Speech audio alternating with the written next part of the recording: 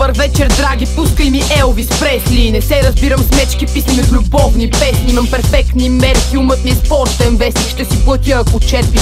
Искам потно шестие, брат ми предлагат шейкове, докато пия с харема им. Лази след 6 шейкера, аз ти готвя вечеря с ким. Искаш да станеш шерпа ми, ще носиш черепи зиме, докато тихо прошепваш съня си моето име. По-полезна от лимец, здравословна закуска, идвам в студения климат и ухая напускаш новородения символ. Сявам хаос и трусове, като седмия свитък, след който събирате трупове.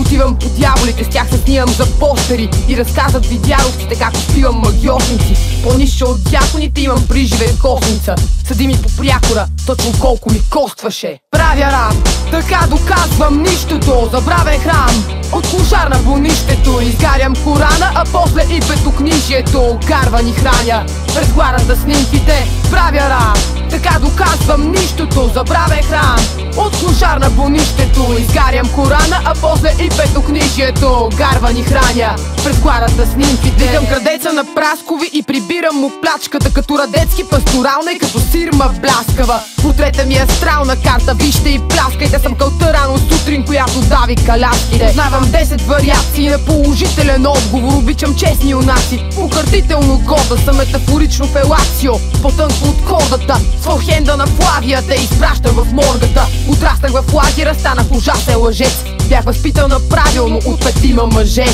Не готвех със сламки, малко играх на въже. И за всяка класика измислях различен сюжет.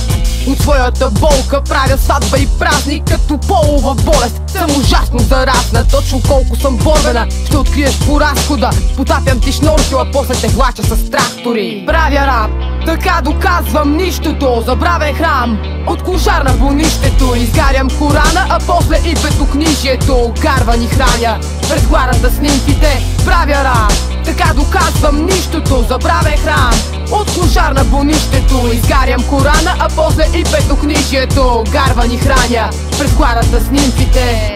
Вече доказах нищото. Вече доказах нищото. Аз съм нищото.